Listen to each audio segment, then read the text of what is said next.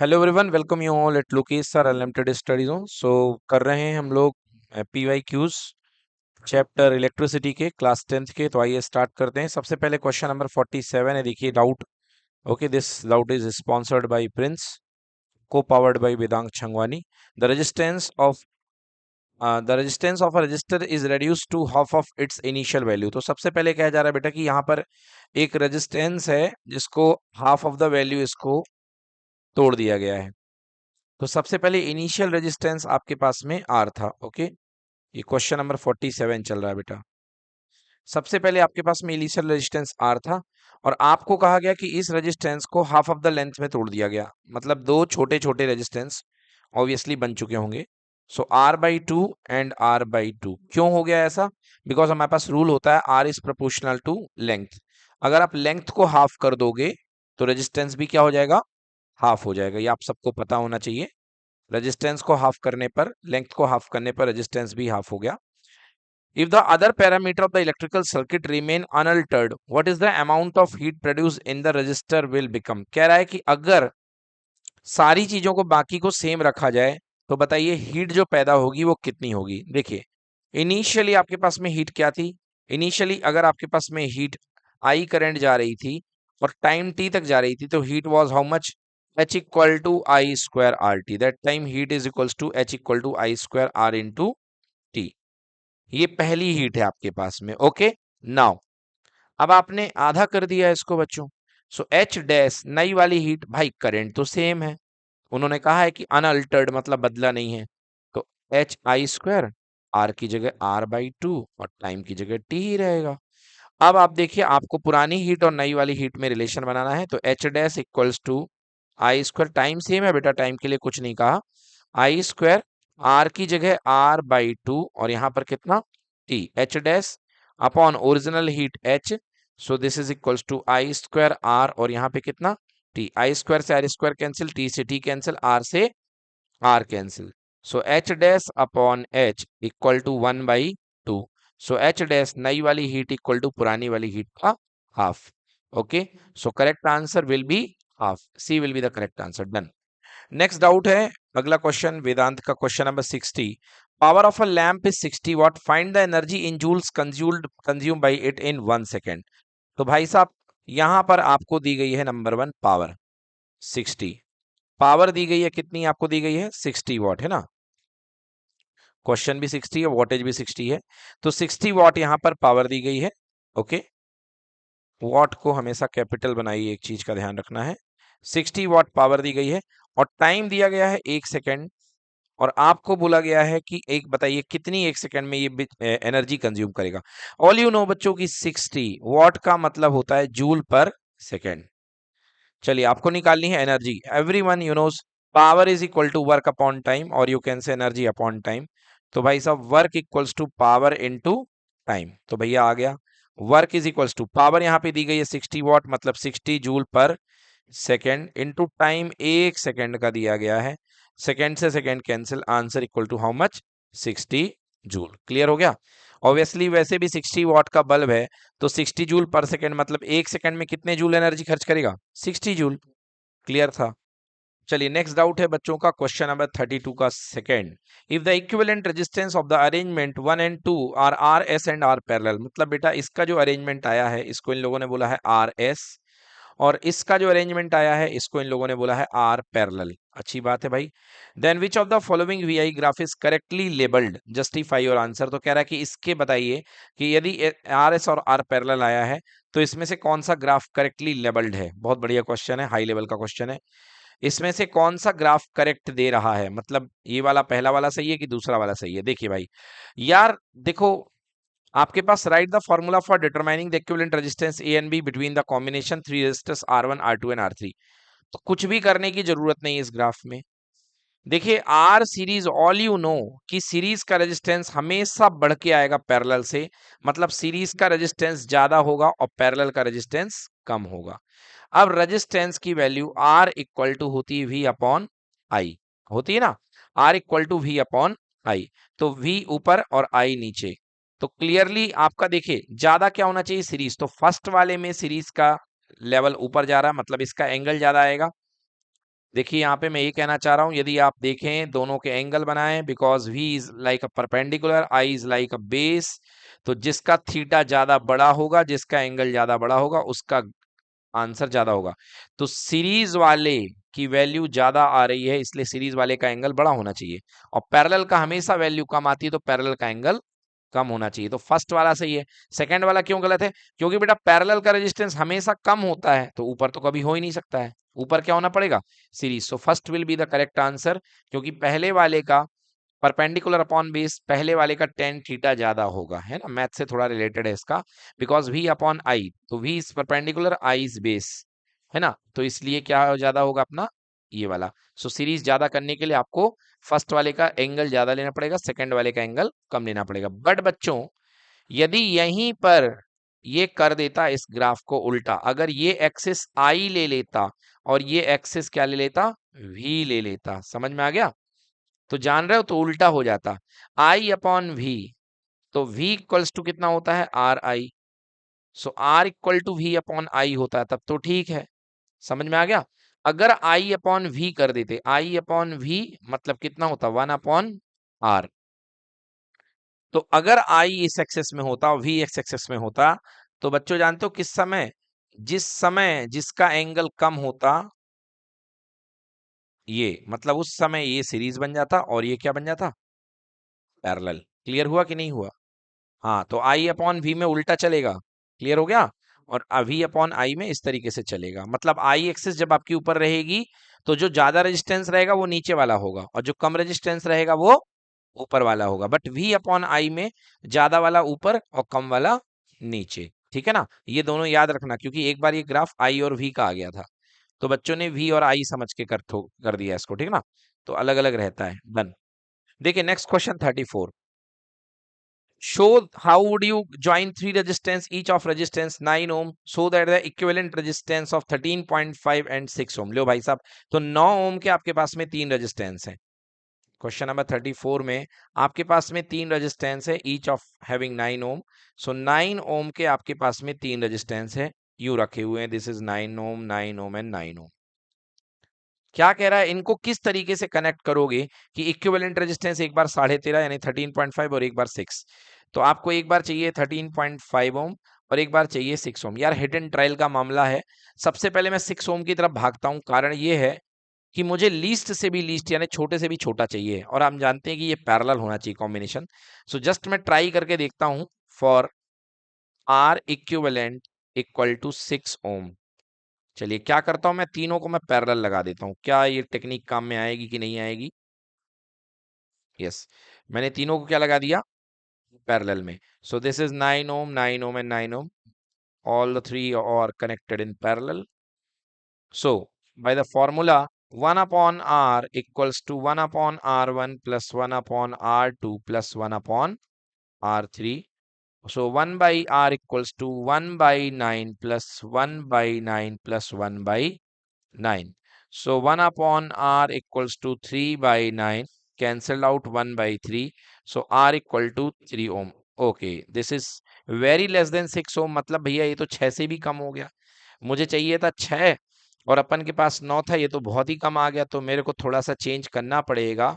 मैं क्या करता हूं कि दो पैरेलल लेता हूं, एक सीरीज लेता हूं, है ना, मैं चेंज करता हूं। देखिए दो मैंने ले लिए पैरेलल और एक ले लिया मैंने किस में, सीरीज में। अब ट्राई करता हूं, तो ट्राई वन तो मेरा फेल हो गया, अब ट्राई टू है मेरा, ये this is try number two, trial to.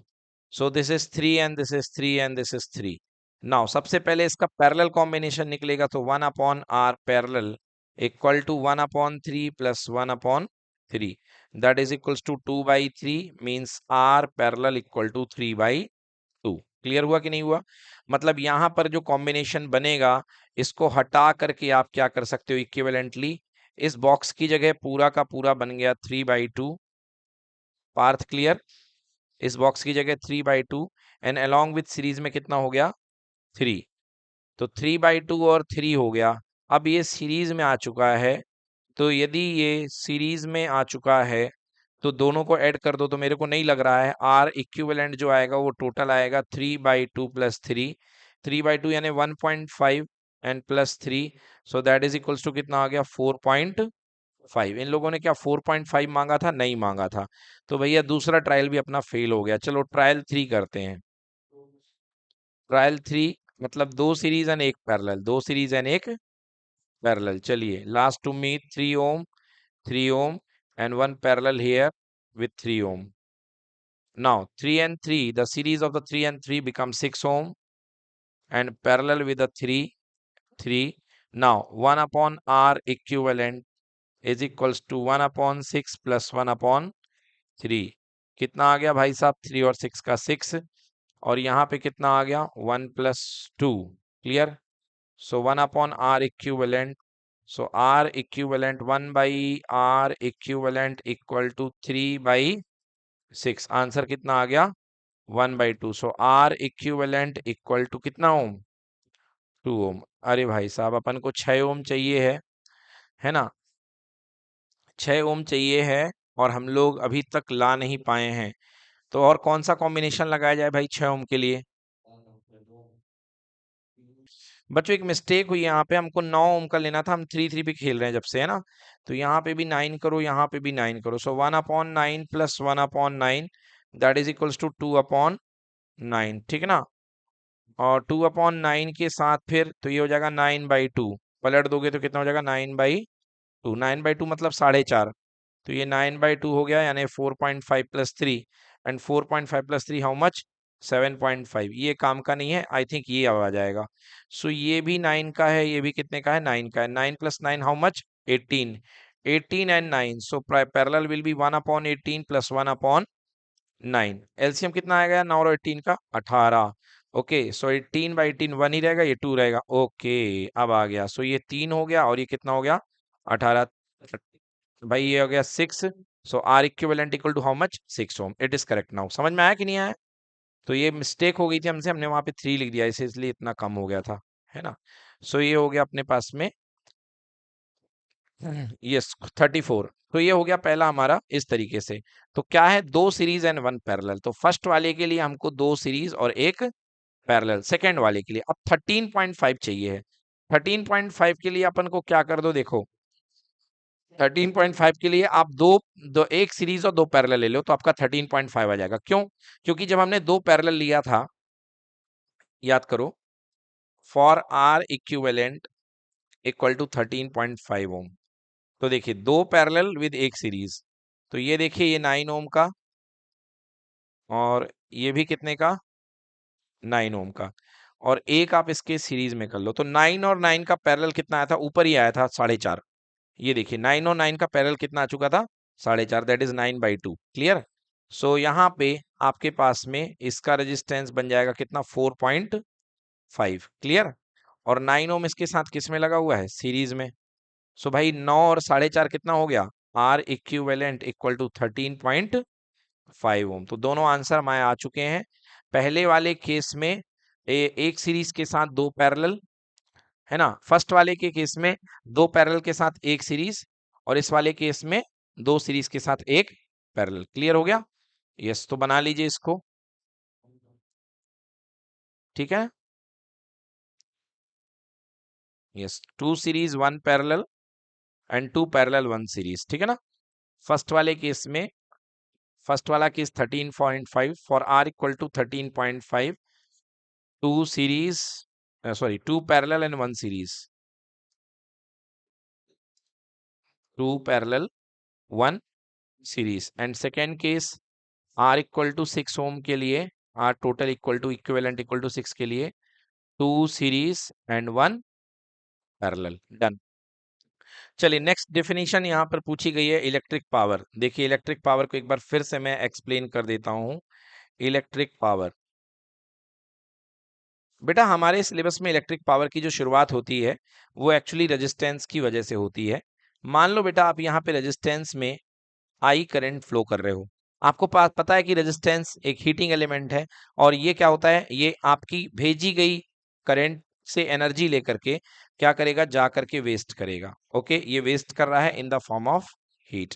In the form of heat. What is heat? Heat is called energy. Heat is called energy. और बेटा एनर्जी का सिंबल फिजिक्स में डब्ल्यू होता है, और जब एनर्जी को डब्ल्यू लिखते हैं, मगर जब आप एनर्जी को as a form of heat लेते हैं तब आप इसको एच लिख सकते हैं। तो अभी हम बात करेंगे इलेक्ट्रिक पावर की एनर्जी के फॉर्म में। So power, what is electric power? It is rate of consumption, rate of consumption of electrical energy, electrical energy. जब भी आप किसी का रेट लेते हैं ना, क्या रेट चल रहा है, तो विद रिस्पेक्ट टू टाइम लेते हैं, है ना।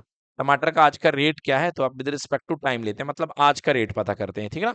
हाँ, रेट बदलता है, प्राइस फिक्स रहती है चीजों में, है ना। MRP, मैक्सिमम रेटियल प्राइस, तो प्राइस जो होती है चीजों की फिक्स रहती है कई साल तक, मगर रेट जो आजकल में भी बदल सकता है।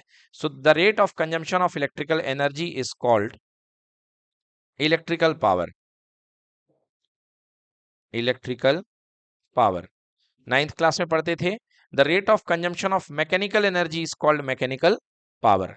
सो देखिए, अगर कोई एलिमेंट है, हीटिंग एलिमेंट, अगर टी टाइम में अगर वो डब्ल्यू एनर्जी खर्च कर पा रहा है, टी टाइम में कितनी एनर्जी? W energy. अगर वो एलिमेंट टी सेकेंड में डब्ल्यू जूल एनर्जी खर्च कर पा रहा है, तो 1 सेकेंड में कितनी एनर्जी खर्च करेगा? W by T, W by T. 1 second में खर्च की जाने वाली एनर्जी को ही आप बोलते हैं इलेक्ट्रिकल पावर। मतलब 1 सेकेंड में पर सेकेंड कितनी एनर्जी खर्च कर रहे हो, इसकी यूनिट होती है पावर। वर्क को नापा जाता है जूल में, टाइम को नापा जाता है सेकेंड में, एंड जूल पर सेकेंड का नाम on the honour of James Watt क्या दे दिया गया? Watt, right. So power is equals to 1 upon time, that is equals to joule by second equals to watt. Clear है? यस। कई बार आता है define 1 watt, define 1 watt, 1 watt को एक्सप्लेन कीजिए। तो बहुत ही सिंपल है, power is equals to work upon time. अगर आप वर्क को ले लेते हैं 1 जूल और टाइम को ले लेते हैं 1 सेकेंड, मींस आप 1 सेकेंड में 1 जूल एनर्जी कंज्यूम कर देते हैं। ओके, 1 सेकेंड में 1 जूल एनर्जी कंज्यूम कर देते हैं, तो आपकी उस इलेक्ट्रिकल अप्लायंस की जो पावर होगी वो कितनी होगी? 1 what. Okay, so if 1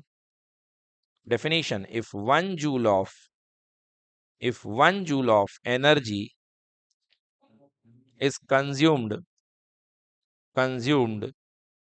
in 1 second, then the power of electrical appliances, okay, electrical appliances is said to be 1 watt.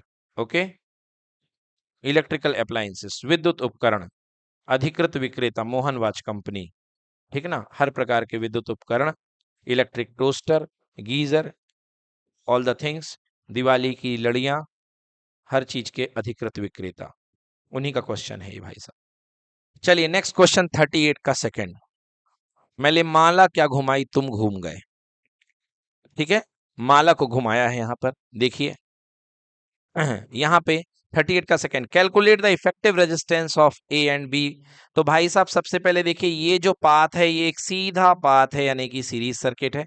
तो 4 और 6 का इफेक्टिव रेजिस्टेंस ए और बी के बीच में, ये टर्मिनल बी है और ये टर्मिनल ए है। तो मैंने यहाँ पे बी बना लिया और मैंने यहाँ पे ए बना लिया। ओके, एक तार बी से निकाल दी, एक तार ए से निकाल दी। और देखिए 4 और 6 का रेजिस्टेंस सीरीज में ऊपर ही ऊपर क्या लगा दूं? 10। क्या लगा दिया बेटा? 10। फिर बी और ए के बीच में एक और यहाँ पे गई हुई है रेजिस्टेंस, जिसका नाम है 15। और 3 और 3 6, यहां से एक और रेजिस्टेंस गई हुई है बेटा, कितना? 6।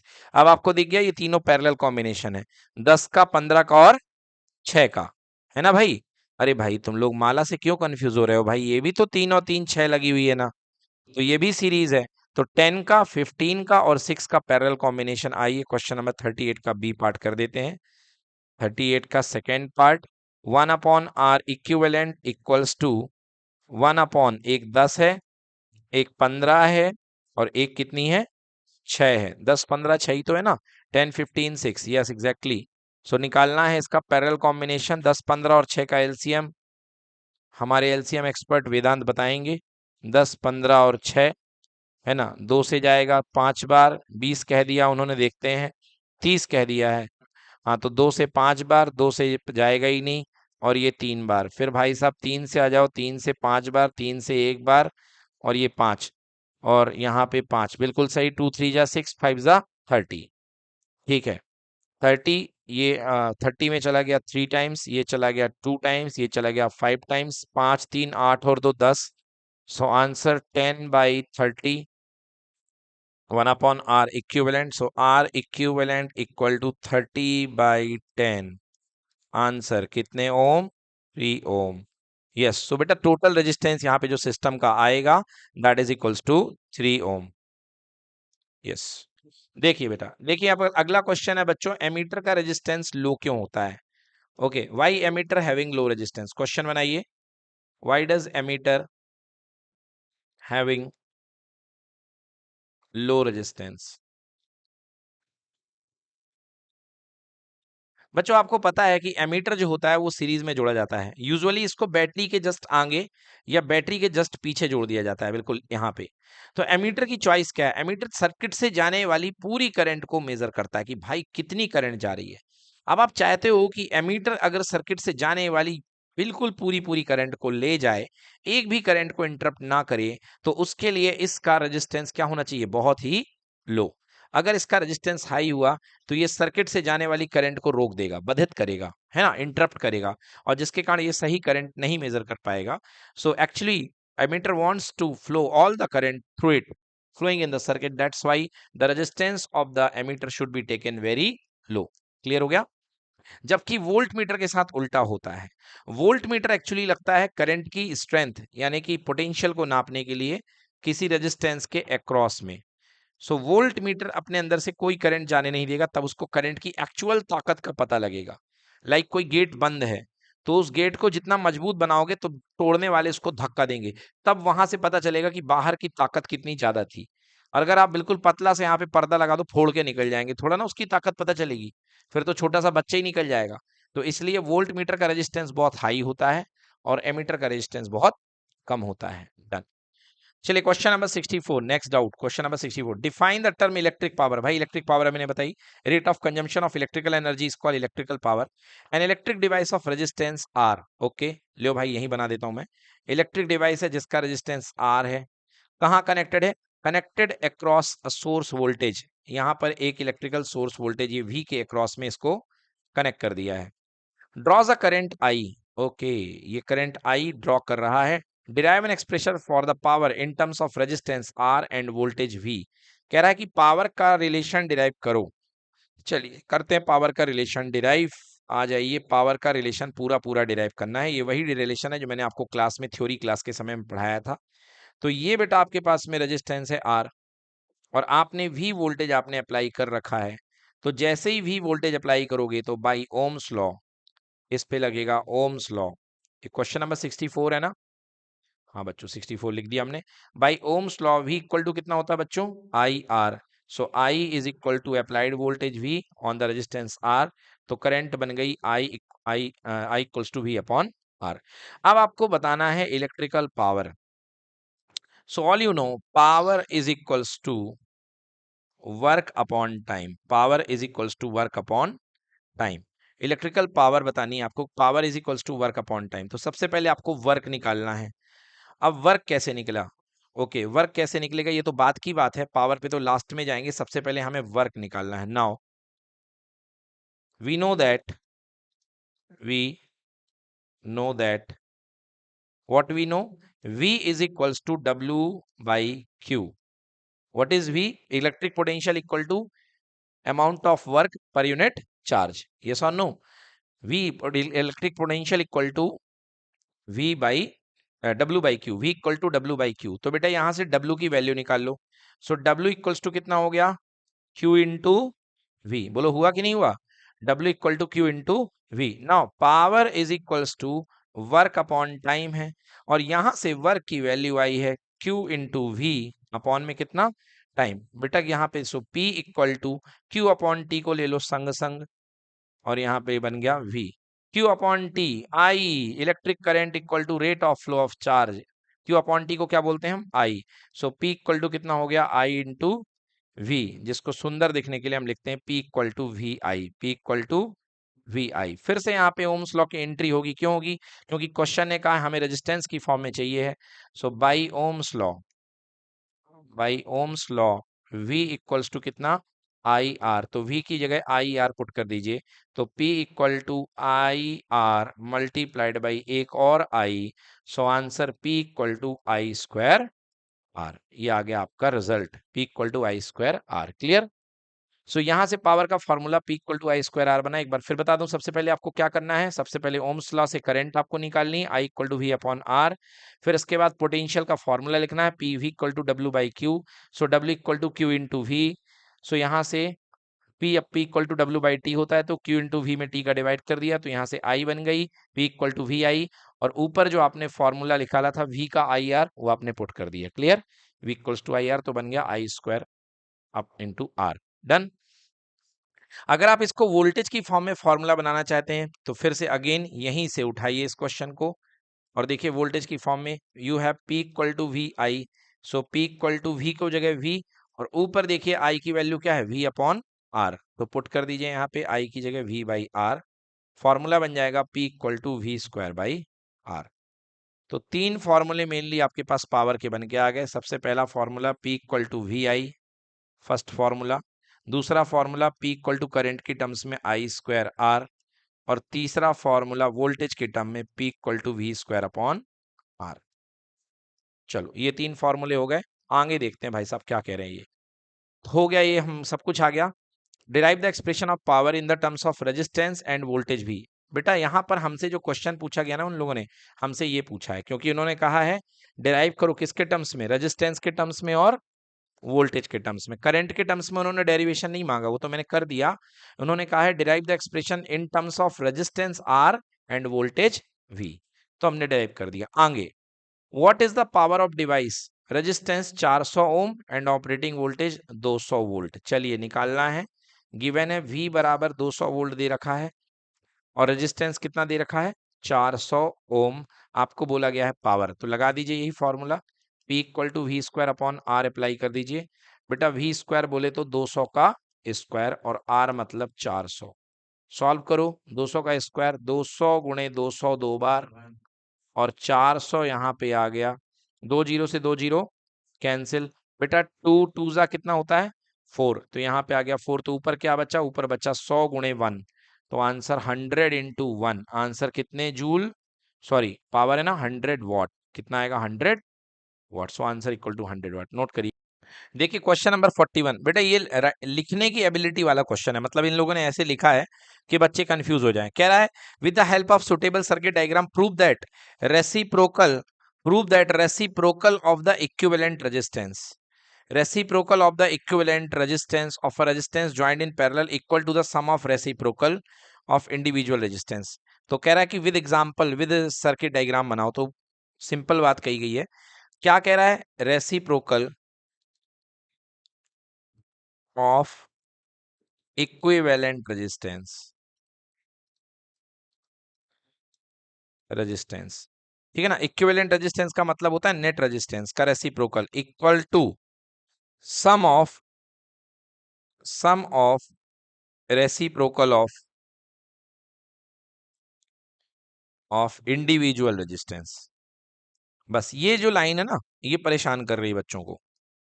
अब इसका मतलब समझो भाई। अपने पास मान लो इक्विवेलेंट रेजिस्टेंस है आर टोटल कह लो, आर नेट कह लो, आर डैश कह लो, या आर इक्विवेलेंट कह लो। ज्यादातर बुक्स में आर इक्विवेलेंट रहता है, तो मैं आर इक्विवेलेंट कह रहा हूं। कह रहा है इसका रेसिप्रोकल जो होगा वो किसके इक्वल होगा? सम मतलब जोड़।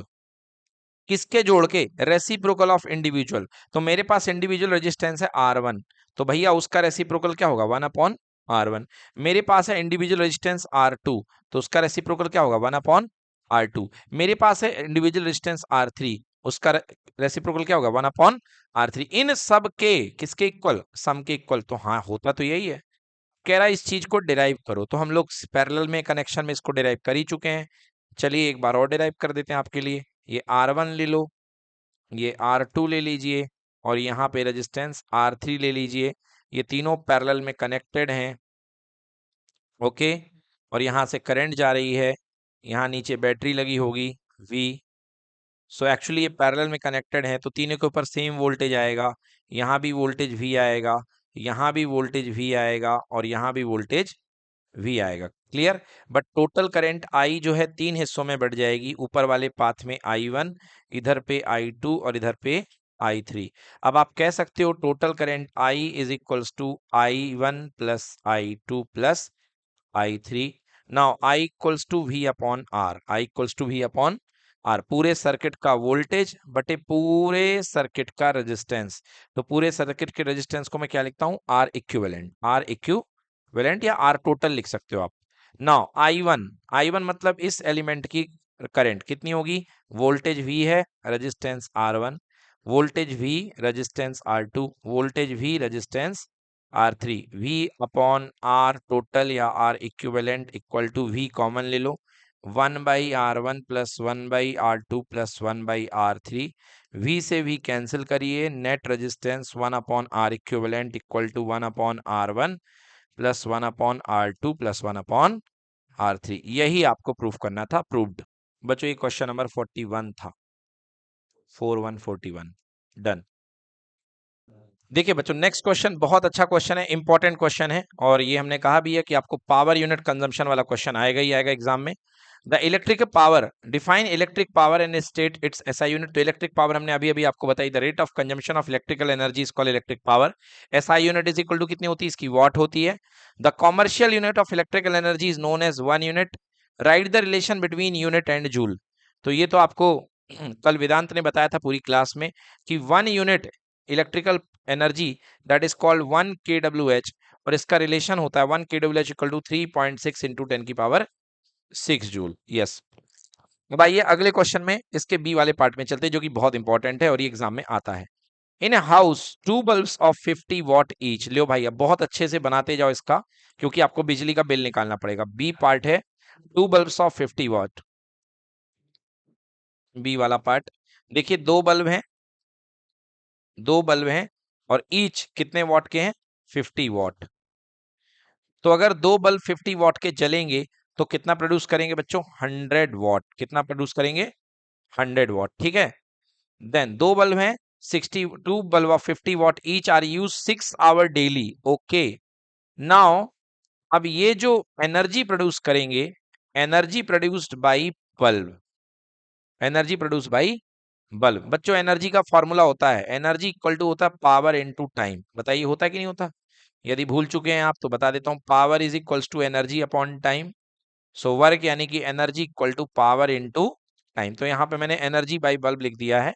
सो पावर इनटू टाइम, तो भैया दो बल्ब हैं, दोनों बल्ब जलते हैं, दोनों बल्ब की वॉटेज टोटल कितनी हो गई? 100 वॉट।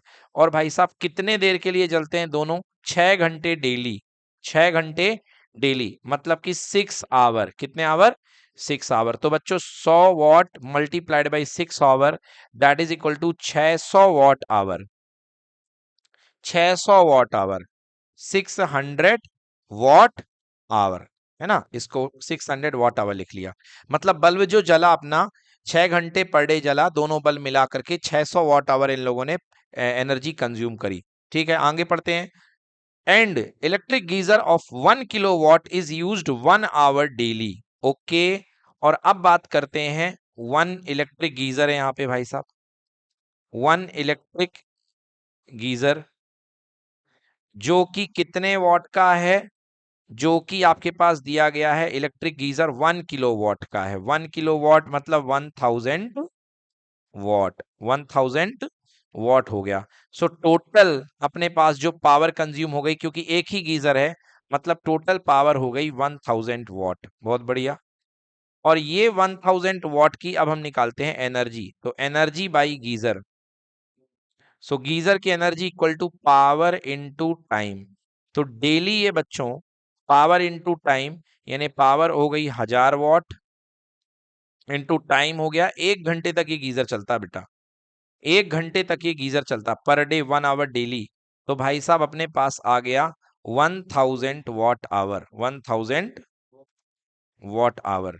ठीक है, तो 6 घंटे अपने बल्ब जल गए और 1 घंटे अपना गीजर जल गया, और अब ऐसा ही इसके टोटल वॉट आवर निकाल लो। So total energy equals to, भाई साहब टोटल एनर्जी देखो, जो आपका बल्ब जला है वो 600 वॉट आवर खर्च कर रहा है दिन का, और जो आपका गीजर जला है वो दिन का कितना खर्च कर रहा है, 1000 वॉट आवर। ठीक है ना, 1000 वॉट आवर। तो भाई 600 और 1000 मतलब कितना हो गया, 1600 वॉट आवर पर डे का 1600 वॉट आवर एनर्जी खर्चा हो रहा है। भाई साहब calculate the total energy consumed in 30 days. Okay, 30 दिन में टोटल एनर्जी, कितनी एनर्जी कंज्यूम होगी। अब ये एक दिन की एनर्जी है, total energy for 1 day. Okay, total energy consumption for 30 day. Now total energy consumption for 30 day, तो जब एक दिन की 1600 है तो 30 दिन की 1600 watt hour multiplied by 30। Okay, so कितना आ गया, 1600 वॉट आवर बाई 30 डेज का आ गया अपने पास में। एक मिनट 30 दिन की बोला है ना, हाँ ठीक है, तो एक दिन का इतना है, तो 48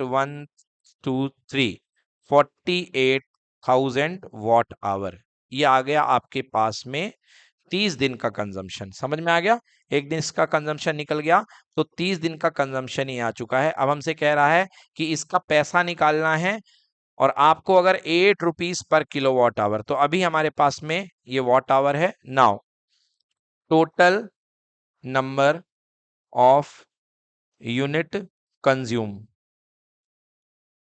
बेटा यूनिट कंज्यूम देखो बेटा, ये क्या है 48,000, तो आप 48,000 को क्या 1000 नहीं लिख सकते हो, 48 इंटू 1000 इंटू वॉट आवर बिल्कुल लिख सकते हो बच्चों।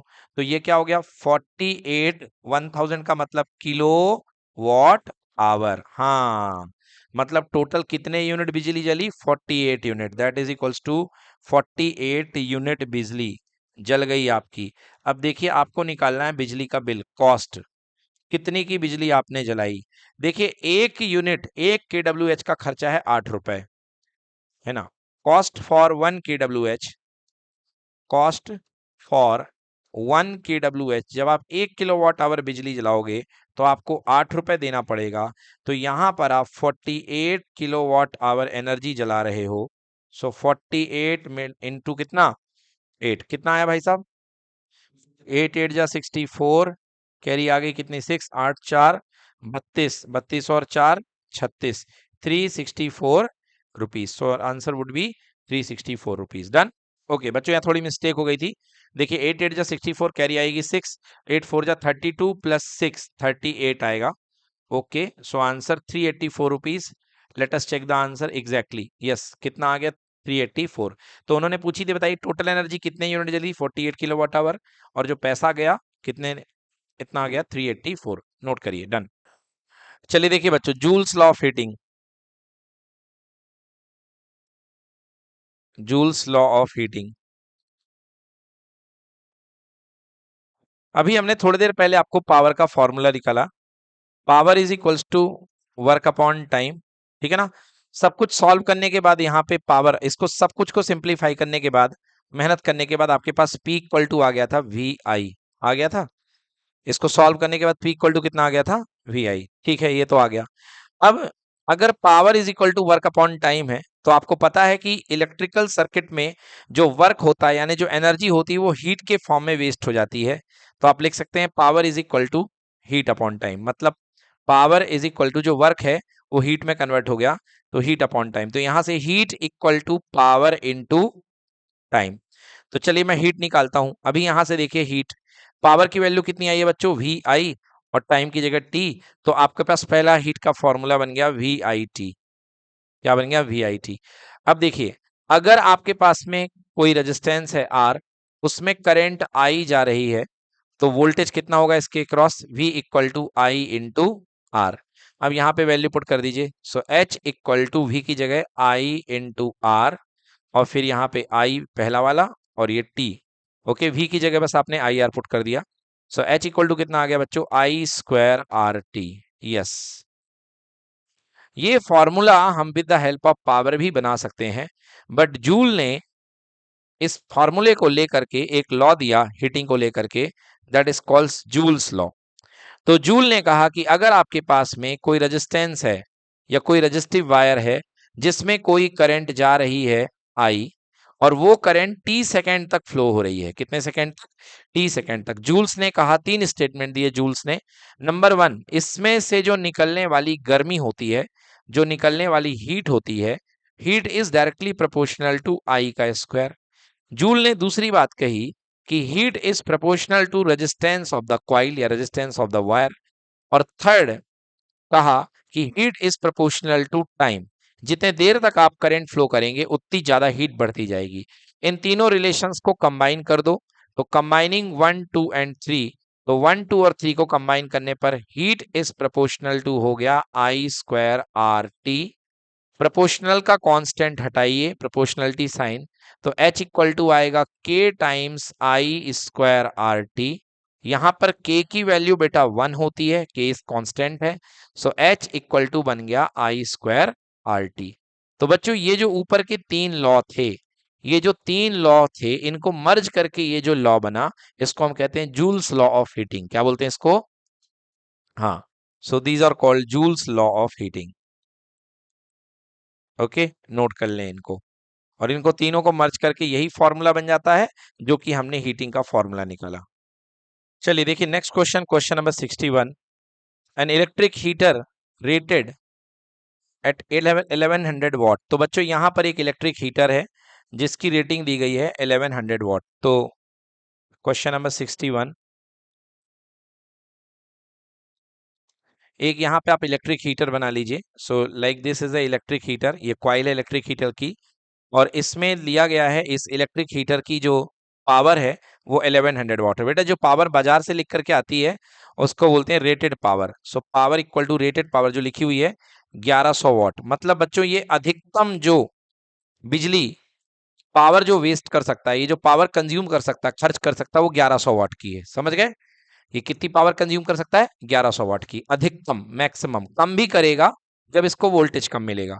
और 1100 वॉट की पावर ये तब कंज्यूम करेगा जिस समय इसको ऑपरेटिंग वोल्टेज आप देते हो 220 वोल्ट। यस, तो अगर आप इसको 220 वोल्ट की टनाटन सप्लाई दोगे तो ये 1100 वॉट से पावर कंज्यूम करेगा।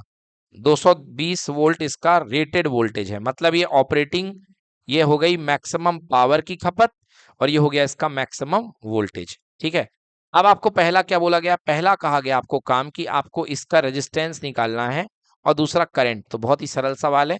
देखिए रेजिस्टेंस निकालने के लिए आपको लगाना पड़ेगा formula, P equal to V square upon क्या होता है? R होता है।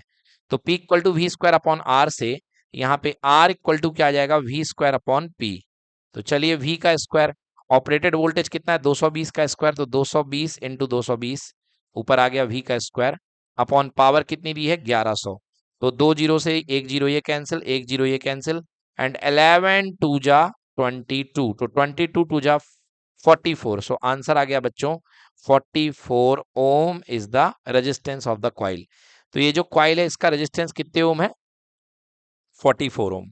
अब आगे क्या कह रहा है? कह रहा है कि भैया बताओ कि करंट कितनी जाएगी इसमें। Okay, so simple. तो फॉर्मूला होता है पावर का P equal to V I. पहला formula P equal to V I, तो I is equal to P upon V। तो पावर इज इक्वल टू आपने कितना दे रखा है? 1100, और वोल्टेज कितना दे रखा आपने? 220। जीरो से जीरो कैंसिल, 110 बटे कितना हो गया? 22। ठीक है ना? तो आप यदि देखिए तो 5 बार, कितने बार? 5 बार, 22 5 जा 110। सो आंसर आ चुका है आई इज इक्वल्स टू कितने एम्पियर? 5 एम्पियर। एम्पियर का सिंबल कैपिटल ए। डन। देखिए 51 का फर्स्ट पार्ट तो आपको बता ही दिया मैंने। Write the mathematical expression for Joule's law of heating, तो मैंने डिराइव कराई दिया I H equal to I square R T. Second है compute the heat generated by transferring 96,000 coulomb of charge in 2 hours through a potential difference of 40 volt. Okay, बहुत ही प्यारा question, मगर आपको इस तरीके से दिया गया कि आपको दिखेगा नहीं कि करना क्या है। क्या कह रहा है? हीट जनरेटेड निकालना है while transferring 96,000 coulomb of charge in 2 hours. तो मतलब इसका एक तरीके से आप इसका डायग्राम बनाइए, इसका आप डायग्राम बनाइए। देखिए आपको क्या कह रहा है 51 का बी पार्ट, 51 का बी पार्ट। आपके पास एक रेजिस्टेंस है बच्चों, आपके पास एक रेजिस्टेंस है और आप यहाँ पर जो है आपका चार्ज ट्रांसफर हो जाता है आर के पार। और ये जो चार्ज की अमाउंट आपको दी गई है वो दी गई है कितनी, 96,000 कूलम, 96,000 कूलम आपको चार्ज दिया गया है। और बेटा ये जो आर के पार होने में मतलब इस तरफ ए पॉइंट पर था और बी पॉइंट पे चला गया, इसमें कितना टाइम लगता है, 2 घंटे। कितना टाइम लगता है, 2 घंटे। तो 2 आवर में ये आर के पार हो जाता है। तो सबसे पहले बेटा करंट निकाल लो, ये आपको करंट निकालना पड़ेगा। So all you know current equal to होता है Q upon T. Yes, current equal to होता है क्यू अपॉन टी। इसने आपको क्यू अपॉन टी निकालने के लिए इतना ये दे रखा है। तो चार्ज आपको कितना दे रखा है बच्चों, 96,000 कूलम। टाइम कितना है, 2 घंटे। तो 2 घंटे को सेकंड में बदलो, क्यों, क्योंकि टाइम की ऐसा यूनिट क्या होती है, सेकंड। तो टाइम को आपको सेकंड में बदलना पड़ेगा। तो 2 आवर। बेटा 1 घंटे में कितने सेकंड होते हैं, वेदांत बताएगा। 1 घंटे में कितने सेकंड होते हैं, वाह भाई, 3600, ठीक है ना। 3600 सेकंड होते हैं 1 घंटे में। 1 आवर में, 1 आवर में 3600 सेकंड होते हैं। तो हाँ, 60 मिनट और हर मिनट में 60 सेकंड, तो 60 × 60 बन जाएगा। तो 3600 आ जाएंगे। सो यहाँ पे आ गया 2 घंटे। तो 2 × 3600 सेकेंड इतने हो गए, 2 × 3600। दो से दो, दो जीरो से दो जीरो आप कैंसिल कर दो। क्या बच गया भाई ऊपर, 960, 960 डिवाइड बाई 2 × 36 बोले तो 72। ठीक है ना। अब मेरे को दिख रहा है कि ये 12 की टेबल से बड़े प्यार से कैंसिल हो रहा है। देखो 960 को लिख दो आप 96 × 10 और यहाँ पे कितना लिख दो, 72। 12 की टेबल पढ़ो, 12 6 जा 72, तो 12 से 6 बार, एंड 12 8 जा 96। फिर भैया 2 से काट दो, 2 से 3 बार गया और 2 से कितने बार गया, 4 बार। 4 × 10 यानी 40/3 एम्पियर ये आ चुकी है भाई साहब करंट। ओके, अभी काम पूरा नहीं हुआ है, अभी करंट आई है। अब क्या कह रहा है कि अगर इस के अक्रॉस में बैटरी 40 वोल्ट लगाई गई है तो आपको निकालना है कितनी हीट जनरेट होगी। मतलब ये जो सिस्टम था, इस सब सिस्टम के अक्रॉस में जो बैटरी लगाई गई है वो कितने वोल्ट की बैटरी लगाई गई है, 40 वोल्ट की। ठीक है ना। आपको बताना है 40 वोल्ट की बैटरी लगाई गई है, तो आपको बताना है कि कितनी हीट यहां से जनरेट होगी। तो चलिए जानते हैं अपन formula. Heat is equal to, formula होता है वी आई टी। क्या होता है, वी आई टी। तो वोल्टेज आपने लगाया 40 वोल्ट का, करंट आपकी आ चुकी है 40/3 एम्पियर की, और टाइम आपका आ चुका है 2 घंटे, यानी कि कितना, 2 × 3600, 2 × 3600। ओके, 2 × 3600। चलो इसको काटा कुटी कर दें। तो 3 से सबसे पहले 3600 काट दो, तो 1200 तो यही हो गए। तो आंसर आ गया 40 × 40 1600 × 2400। तो एक बड़ा आंसर आने वाला है। सॉल्व कर लीजिए, 1600 × 2400। ओके, 1600 × 2400 को सॉल्व करिए। रुक जाइए, 2 जीरो बाद में रहेंगे। 16 × 24 कर लीजिए, 16 × 24। देखिए, तो ओ प्लस कर दिया, सॉरी हमने। 16 × 24। ओके, सो 384, 384, 1 2 3 4, 4 जीरो आ चुके हैं। ये हीट किस में आई है बच्चों, जूल में आई है। किस में आई है, जूल में आई है। ठीक है ना। सो आपके पास ये आंसर बन गया, इतने जूल में हीट आ चुकी है। अगर आपको इसी हीट को जूल को किलोवाट आवर में बदलना है तो बदल सकते हो। अदरवाइज एक और तरीका है, 3840 गुणे 1000 जूल, और 1000 जूल को हम बोलते हैं किलो जूल। तो आंसर आ गया 3840 किलो जूल। नोट कर लें। चलिए नेक्स्ट क्वेश्चन देखिए, question number 45। Draw a level diagram, circuit diagram showing 3 resistors R1, R2, R3 connected in series with a battery E rheostat RH and plug key K and an emitter A using standard circuit symbols. Use this circuit to show that the same current flows through the every part of the circuit. List 2 precaution you would observe while performing the experiment. भाई एक आपको completely circuit बनाना और कुछ भी नहीं करना है। देखिए कैसे सर्किट बनाएंगे। 3 रेजिस्टेंस आपको दिए गए हैं। क्वेश्चन नंबर 45, आपके पास में 3 रजिस्टर एलिमेंट है, यस, ये पहला रेजिस्टेंस है R1, दूसरा रेजिस्टेंस है R2 और तीसरा रेजिस्टेंस है R3। अब इसके बाद में क्या कहा गया है, तीन आपको सर्किट एलिमेंट है, कनेक्ट करना है बैटरी को, रिहोस्टेट को, प्लग की को। तो सबसे पहले आप यहाँ पे बैटरी ले लीजिए, एक battery combination of the cell, इस तरीके से आप एक बैटरी ले लें कितने भी अमाउंट की, suppose it is V। Then इसके बाद प्लग की, यहाँ पर आप एक प्लग की ले लें और इसके बाद में एक रिहोस्टेड यानी वेरिएबल रेजिस्टेंस, करंट की वैल्यू को अपने मन मुताबिक बदलने के लिए। तो ये आपने रिहोस्टेड ले लिया, बट और यहाँ पे आपने ये कनेक्ट कर दिया सर्किट को, ठीक है ना। यस, ये पूरा सर्किट आपका कनेक्ट हो चुका है। अब इसमें हमको एक चीज लगाना पड़ेगा, यहाँ पर बोला गया है कि एमीटर को यूज करना है। तो एमीटर हमारे पास पे सीरीज पाथ में यूज करना होता है, तो यहाँ पर आप एमीटर को इस्तेमाल कर दें। ये हो गया, आपने क्या कर दिया, एमीटर को इस्तेमाल कर दिया। अब चलिए, आपसे कहा गया है कि बताइए कि आप, सर्किट तो बना दिया अपन ने, और using this circuit show that the same current flows through the every part. हाँ, तो ऑब्वियसली बेटा सीरीज में है तो करंट की डायरेक्शन बना दीजिए आई, इस तरीके से यहां से करंट निकलेगी और यहां से करंट वापस चली जाएगी, ठीक है ना। तो करंट की डायरेक्शन भी आपने इस तरीके से बना दी है। अब इसके बाद कहा गया है प्रिकॉशंस, यानी कि सावधानियां क्या क्या हैं, आपको क्या क्या सावधानियां यहाँ पे रखनी है इस सर्किट को बनाते समय, वो लिखते हैं हम। नंबर 1, ammeter should be connected in series, ammeter को सीरीज में कनेक्ट करना है। Ammeter should be connected in series। तो एमीटर को आपको सीरीज में कनेक्ट करना है ना। कितनी प्रिकॉशंस बोली गई, list 2 precaution would you observe while performing the experiment. तो यहाँ पे एमीटर को आपको सीरीज में कन्वर्ट करना है। दूसरा प्रिकॉशन आप क्या कर सकते हैं, दूसरा प्रिकॉशन है कि आप रेजिस्टेंस को सीरीज में लगाएंगे मगर रेजिस्टेंस के साथ खींचातानी नहीं करेंगे। Okay, so keeping all the physical condition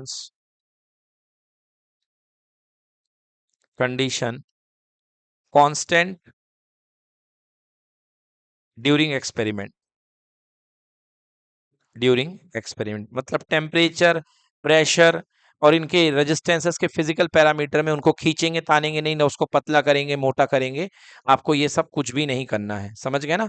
तो ये दो प्रिकॉशंस आप याद रखेंगे। और बच्चों, यही ओम्स लॉ की प्रिकॉशंस है। अगर कभी आपको ओम्स लॉ का एक्सपेरिमेंट करने को आ गया तो ओम्स लॉ का एक्सपेरिमेंट भी आपको ऐसे ही करना पड़ेगा। बट ओम्स लॉ में एक चेंज होता है, जहां पे 3 रेजिस्टेंस होगा वहां पर केवल आप एक रेजिस्टेंस लगाएंगे, और ओम्स लॉ में इस रेजिस्टेंस के अक्रॉस में क्या लगाएंगे, एक वोल्ट मीटर, क्योंकि ओम्स लॉ में आपको वोल्टेज वर्सेस करंट का डायग्राम बनाना पड़ता है। बाकी पूरा का पूरा सेम रहेगा, बाकी पूरा का पूरा आप सेम रखिए, बस इसमें आपको वोल्ट मीटर इसके अक्रॉस में लगाना पड़ेगा। डन।